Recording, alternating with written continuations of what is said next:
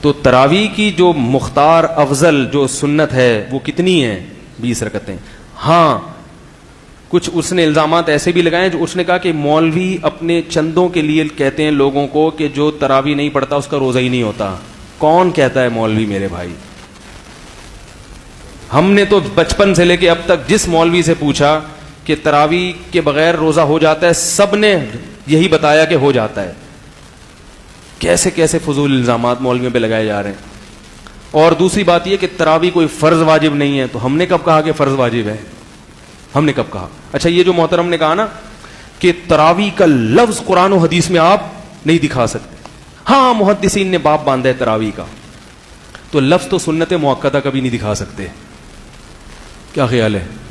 مگر تمام فقہا محدثین فرق کرتے ہیں, یہ سنت مؤکدہ ہے اور یہ اس ٹرم اور اصطلاح اس کے لیے قرآن و حدیث سے ثابت ہونا ضروری.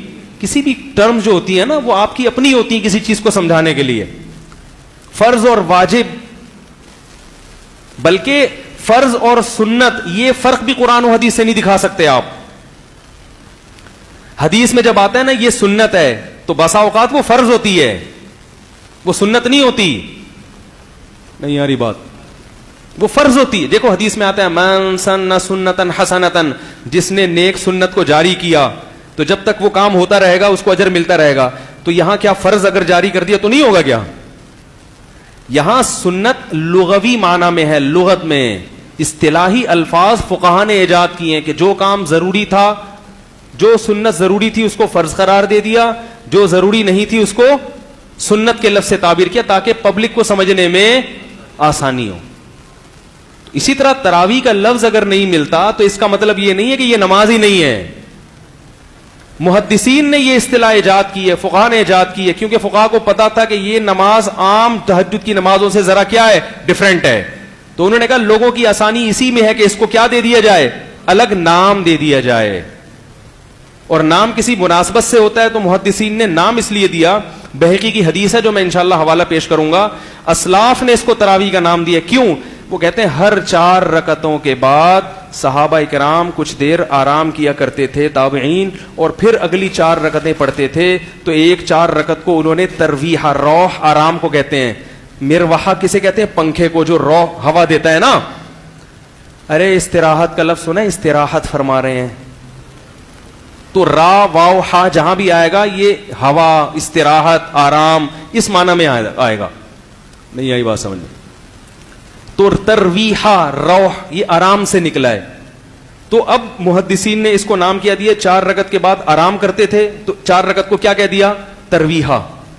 بات آ رہی ہے سمجھ میں؟ پھر اگلی 4 رکعت کو دوسرا ترویحا, اگلی 4 رکعت کو تیسرا ترویحا. میں نے یوٹیوب پہ سوال اٹھایا تھا کہ اگر تراویح اصل سنت 8 رکعتیں ہوتی, اس کو تراویح کے لفظ سے محدثین کبھی تعبیر کر ہی نہیں سکتے تھے, ناممکن تھا.